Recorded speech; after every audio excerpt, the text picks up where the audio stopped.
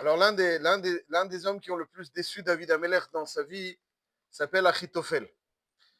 Et dans un des Teilim, Nunhe, dans lequel David Amelech se lamente, et lorsque son fils Avshalom organise une rébellion pour lui usurper le pouvoir.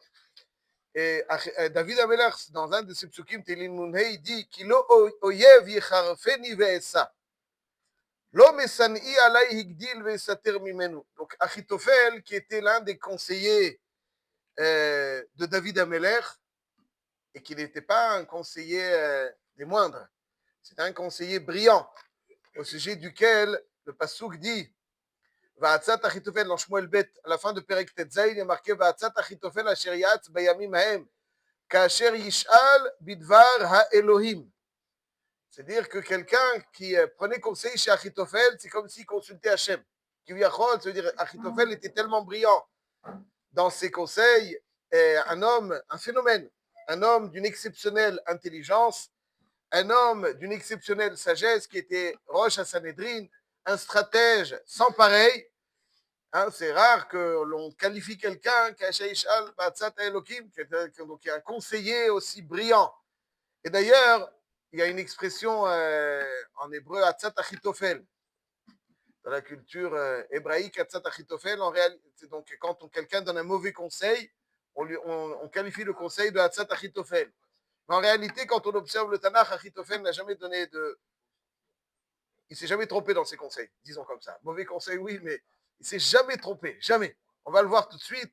Donc, il a déçu David Amelech. C'était le proche conseiller de David, un homme proche, un conseiller où David lui a révélé beaucoup de choses. Et finalement, il a toujours donné le conseil qu'il fallait. C'est-à-dire qu'il ne s'est jamais trompé dans ses conseils.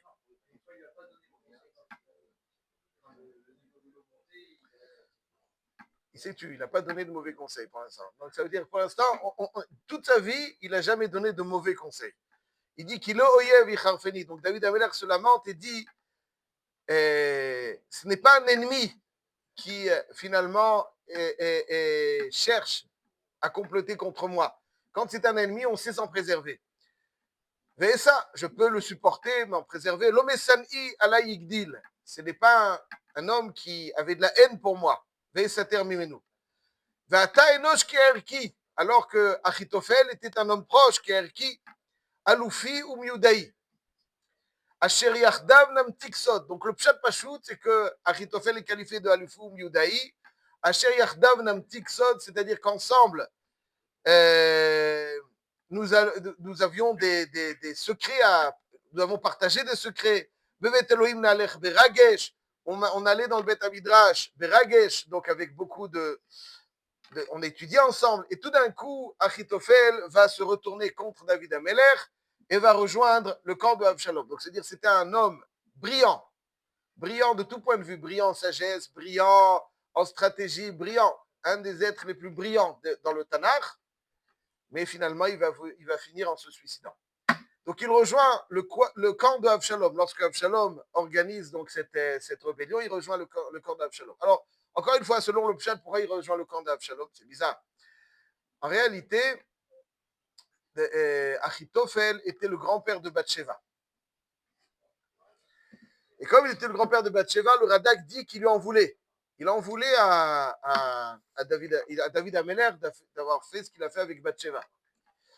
Mais dans la Gemara, il y a marqué dans Masechet Sanhedrin Daf Kuf Aleph, il y a marqué que, en fait, profondément, le pshat, c'est ça, c'est qu'il en voulait pour Bathsheba. Mais Behomek, c'était un homme d'une intelligence brillante, mais c'est le symbole d'un homme qui a des midotes qui ne sont pas à la hauteur. Et lorsque quelqu'un, même s'il est brillant, et peut-être parce qu'il est brillant, plus il est brillant, si ses midotes ne sont pas à la hauteur, il va droit dans le mur. Quelqu'un il peut être brillant. Si un midot, droit dans le mur, tôt ou tard. Peut-être tard, mais ça ne change pas. Achitophel était un homme brillant, mais finalement qui a foncé dans le mur. Et pourquoi? Voilà, tout à fait. D'après ce qu'il dit, là, Chazal nous dit que on voit à deux reprises que Achitophel chercher à prendre lui-même le pouvoir. Dans un premier temps, donc lorsqu'il il voit, il y a marqué l'agma Koufalef Amoudbet, c'est-à-dire qu'il avait des assagotes même. Hein, il avait des assagotes, il a vu qu'il y a, qu'il y avait un signe de royauté en lui. Et nous dit l'agmara, ou savar ihu malach. Lui pensait que il s'agissait donc de signe de royauté, c'était lui. Veloi, Batsheva bitohi, hu denafka mina shlomo. Ouais, c'est-à-dire que c'était Batsheva qui finalement, duquel, donc il a vu quelque chose en lui qui allait, il s'est trompé dans l'interprétation. Ouais, un petit peu à la même Korach. Ouais, c'est quelque chose qui rappelle Korach. Mais Korach, c'est un proche de Moshe. Mais Achitophel, un proche parent de Moshe. Achitophel, c'est un intime, c'est le conseiller. C'est toujours beaucoup plus décevant et frustrant quand quelqu'un qui est proche et finalement, il s'avère rétroactivement qu'il a de mauvaises intentions. C'est-à-dire quelqu'un qui est proche, qui a de mauvaises intentions, ça finalement, on est très déçu. Et c'est une forme de trahison. Donc Achitophel va décevoir profondément David Ameller. Et on le voit, donc c'était un géant intellectuellement, stratégiquement, mais il avait le mauvais midot. Alors, il s'avère rétroactivement qu'il croyait en ses capacités à devenir roi. Ce qui va expliquer qu'il rejoint le camp de Avshalom, parce que quand il rejoint le camp d'Avshalom, qui soulève la rébellion contre David Ameller, il va lui donner des conseils, il va lui dire comme ça, dans un premier temps, regardez dans Shmuel, Perek Yudzaïn, Shmuel Bet, Perek Yudzaïn, là-bas il dit à Avshalom, je te conseille de mon... Parce que Avshalom sentait qu'il y avait une réticence chez le peuple à le rejoindre. Alors il va dire dans un premier temps à Avshalom, il va lui dire, je te conseille d'avoir un lien intime avec les Pilegesh de David Ameller, et le fait qu'il ait ce lien intime, ça montre que c'est irréversible et qu'il ne va pas se rétracter, et ça va. Effectivement, Avshalom va suivre le conseil de Achitophel, ce qui va créer donc une onde de choc. Et finalement, oui, Avshalom prétend très sérieusement à la succession. Et en réalité, il rejoint le camp d'Avshalom, comme on l'a vu dans la Gemara, parce qu'il est sûr qu'il prétend à la royauté. Il se dit, Avshalom, donc Avshalom va tuer David, c'est ce qu'il cherchait. Il va même, je précise, par la suite, donner un second conseil à Avshalom. Le premier, c'est celui d'avoir ce lien intime avec les Pilagshim de David Ameller. Il y a un second lien, un second conseil qu'il donne. Il dit le jour donc, où Avshalom rentre à Yerushalayim et David Ameller se sauve, Achitophel donne le conseil à Avshalom de ne pas attendre, d'aller immédiatement utiliser donc l'effet de surprise avec un bon nombre d'hommes, commando, mais très forts, pour aller tuer David. Donc il demande, David est épuisé, il lui dit, c'est le moment. Et dans un premier temps, Avshalom, donc encore une fois, ses conseils sont intéressés. Parce qu'il est sûr que Absalom ne pourra pas être roi après avoir tué son père et avoir fait ce qu'il a fait avec ses... Donc il dit, c'est vrai, il va être consacré, mais on ne va pas le laisser. C'est inadmissible ce qu'il fera. Et donc, évidemment, qui on choisira à sa place? Le génie, ce sera lui. Donc lui, il rejoint Avshalom, mais finalement, d'une certaine façon, il lui donne des conseils, des bons conseils. Hein. Dans l'esprit d'Avshalom, c'est des bons conseils. Mais ils sont maléfiques. C'est des conseils maléfiques. Ça, c'est donc David Ameller. Finalement, ce qui va se passer miraculeusement? Il va envoyer un espion qui s'appelle Hushai Arki, qui va sauver le matzah. Parce que le conseil de Achitophel était brillant. Si Avshalom avait suivi le conseil d'Achitophel, il serait parvenu à ces projets maléfiques. Mais Benes Minashamaim, Avshalom interroge Hushai Arki. Hushai Arki était un fidèle de David qui s'est infiltré dans le camp de Avshalom et qui devait rapporter à David Ameller ce qui s'y fait. Et finalement, Hushai Arki lui dit non. Maintenant, il faut rassembler un grand nombre d'hommes. Attends, rassemble un bon grand nombre parce que tu sais que David Ameller et ses hommes sont de brillants guerriers, surtout quand ils sont en difficulté. Et c'est pas de cette façon que tu parviendras à les battre. Il faut attendre avec un grand nombre d'hommes. Et finalement, Avshalom, miraculeusement, n'écoute pas Achitophel et suit la voie de Hushai qui l'attend, et c'est ce qui permet à David Amelech de se réorganiser. Encore une fois, Achitophel, lui, il donnait des conseils, il ne s'est jamais trompé dans ses conseils. Trompé tel qu'il voulait, c'était des mauvais conseils, parce que c'était contre David, mais il ne s'est jamais trompé. Lorsque, donc, il conseille Avshalom, comme on l'a dit, parce qu'il souhaite succéder à Avshalom, parce qu'il a le projet, il se voit roi. Et il se voit roi, et donc il donne ses conseils, mais finalement, lorsque Avshalom accepte le conseil de Hushai Arki, il sait que c'est fini. Il sait que c'est fini, il sait que Avshalom va, c'est-à-dire, même ça, il arrive à le voir. Hein. Il sait que c'est fini. Il rentre chez lui et il se suicide. Et il donne d'ailleurs, pour la Gemara dans Mamatra d'Afkouf Memzaïn, elle dit qu'il donne pour instruction, parmi certaines instructions qu'il donne à ses enfants, il leur dit ne vous rebellez jamais contre David Ameller, ça ne vous causera que des ennuis. Malchut Bet David, Malchut Bet David. Ça, c'est donc Achitophel. Donc Achitophel est un homme qui a trahi David. Un brillant qui a trahi David Ameller. Il était proche à lui, et un jour, il se retourne contre lui pour rejoindre le camp de ceux qui étaient contre David. C'est quelque chose de dur à supporter, David Ameller, comme on le voit. Et pourquoi? Parce qu'en fait, il s'avère que depuis belle lurette, il a envisagé de remplacer David Ameller. Et lui, il se voyait roi. Donc, il va donner des conseils, il va rejoindre Absalom, il va donner des conseils à Absalom brillants qui vont lui permettre de selon ses dires. Mais finalement, il échoue. Il y a une Gemara et il va mourir, donc étranglé, s'étrangler. Il y a une Gemara dans Masechet Makot. Dans Masechet Makot, Daf Yud Aleph, voilà, qui explique pourquoi finalement il finit étranglé, et qui révèle aussi que ses ambitions royales ne datent pas du moment où il a rejoint Absalom, parce qu'il s'avère que depuis le début, il était proche de David, mais il avait en tête certaines choses. La Gemara nous dit que lorsque David Amelech va creuser pour les fondations du Beth Amikdash, Kafat Tehoma Bael Mishtefele Alma, les eaux de l'abîme voulaient envahir le monde.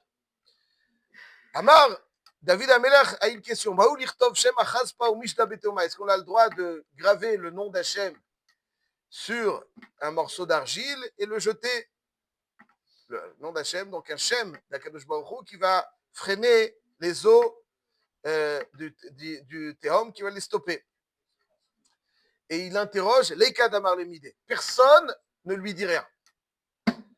Amar, donc il est paniqué un petit peu, paniqué. Ouais, les eaux menacent. Amar, et il répète une deuxième fois, tout celui qui sait, qui ne dit pas, il mourra étranglé. Achitophel arrive et il dit, mais voilà, shalom ben ish leishto amra Torah shemi shelichtav bikdusha imache alamaim chol olam kulo lo kol sheken. Il dit ici déjà pour ish veishto, on peut effacer le nom d'Hachem, c'est ça le shalom. Donc finalement, kol sheken, lorsque les eaux donc menacent le monde, et finalement, ce qui se passe, c'est qu'effectivement. Mais le Ramban là-bas nous dit que Achitophel a traîné. Parce que la Gemara dit qu'il l'a tracham afilu al tnaïba. C'est-à-dire que afilu bechinam iba, qu'il l'a tracham afilu bechinam iba, d'Achitophel. Parce qu'il a traîné, au début, il n'a pas réagi. Et David Amelech a dû répéter. Et comme il a dû répéter, donc finalement, il a fait souffrir David Amelech, tiers David Amelech. Et comme il a fait souffrir David Amelech, donc la klala de David Amelech va se poser sur lui. Et certains vont dire que la raison pour laquelle il freine, pourquoi il ne dit pas tout de suite? Pourquoi il ne dit pas tout de suite? Pourquoi il ne freine pas? Il savait, pourquoi il n'a pas dit tout de suite? Certains vont dire c'est parce qu'il était sûr que ces eaux allaient tuer David. Parce que c'est lui qui finalement les a provoqués. Lui, il n'a rien fait, c'est David Amelech. Ouais, mais ça veut dire, lui, ça c'est la réalité. Mais lui, ce qu'il pensait à Achitophel, c'est que David Amelech, c'est lui qui a provoqué ces eaux, il a touché un endroit qu'il n'aurait pas dû toucher. Et donc finalement, c'est lui. Donc il freine. Et après, David Amelech dit, lorsqu'il dit ce qu'il dit. Donc on voit qu'Achitophel, depuis le début, et c'est ce qui va. Donc sa volonté de remplacer David Amelech, son obsession de remplacer David Amelech, qui va le laisser apparaître comme quelqu'un de très sympa, un conseiller proche, à qui David Amelech va livrer ses secrets, va livrer son intimité quelque part, finalement, s'avérera comme une grande frustration et déception parce qu'il s'avère que depuis le début, il avait des prétentions et des ambitions à remplacer David Amelech. Ce qui va se poursuivre chez Absalom, et finalement, cet homme brillant, tout point de vue, va finir droit dans le mur. Miraculeusement, Hachem, évidemment, ne le laissera pas, alors que les conseils qu'il a donnés sont toujours bons, justes, j'entends par là, judicieux dans sa volonté. Il n'a pas fait d'erreur, mais maléfique. Il n'a pas fait d'erreur, mais il était maléfique. Et finalement, Hachem donne à Avshalom l'inspiration de suivre Hushai Arki, et Hushai Arki était le seul qui savait que le conseil de Achitophel était bon.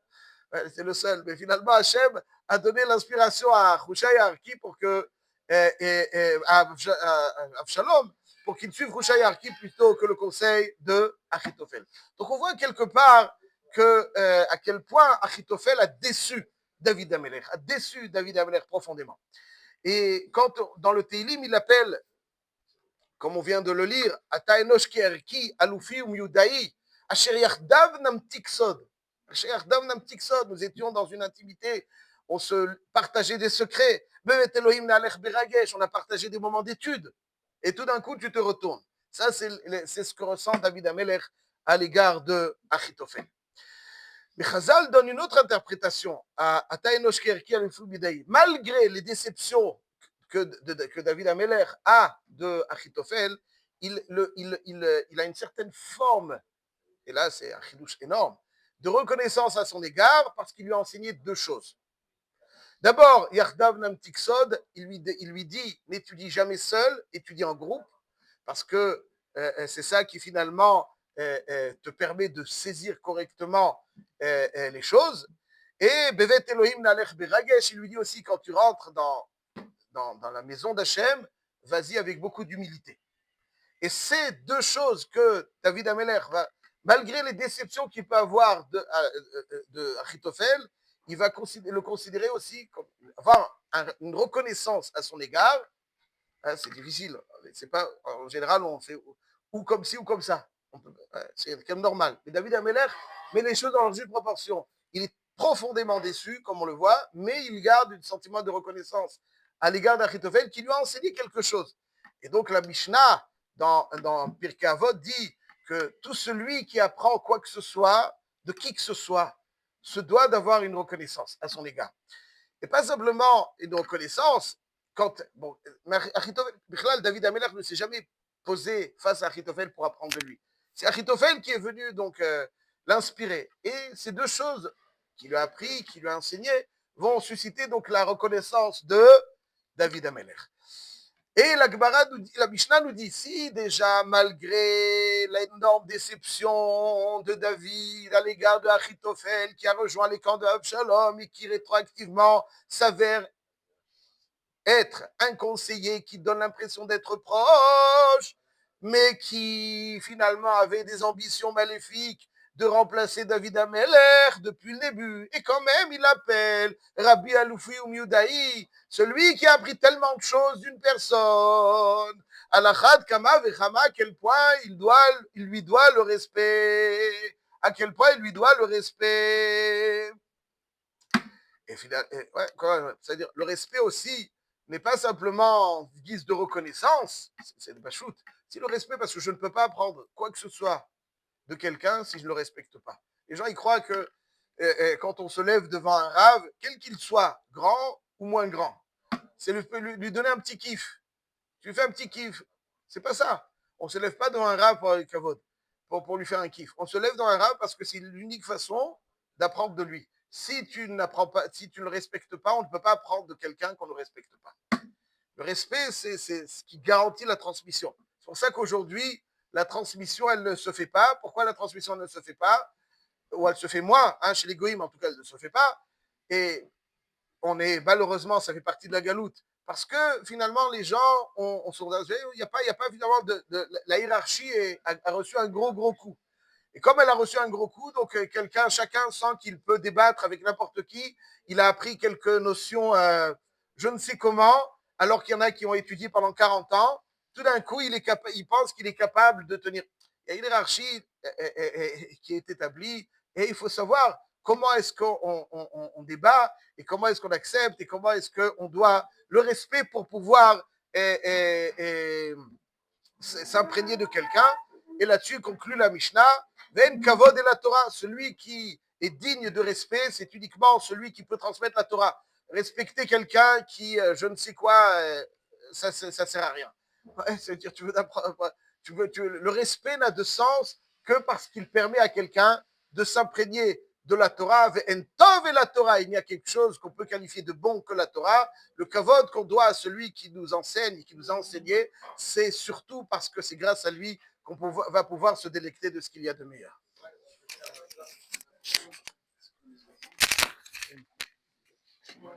Amen, amen, amen. Je vous suspecte en rien. Non, c'est pas ça. Je ne suspecte en rien. Sachez, je sais très bien comment ça se passe. C'est bonne nouvelle. Amen.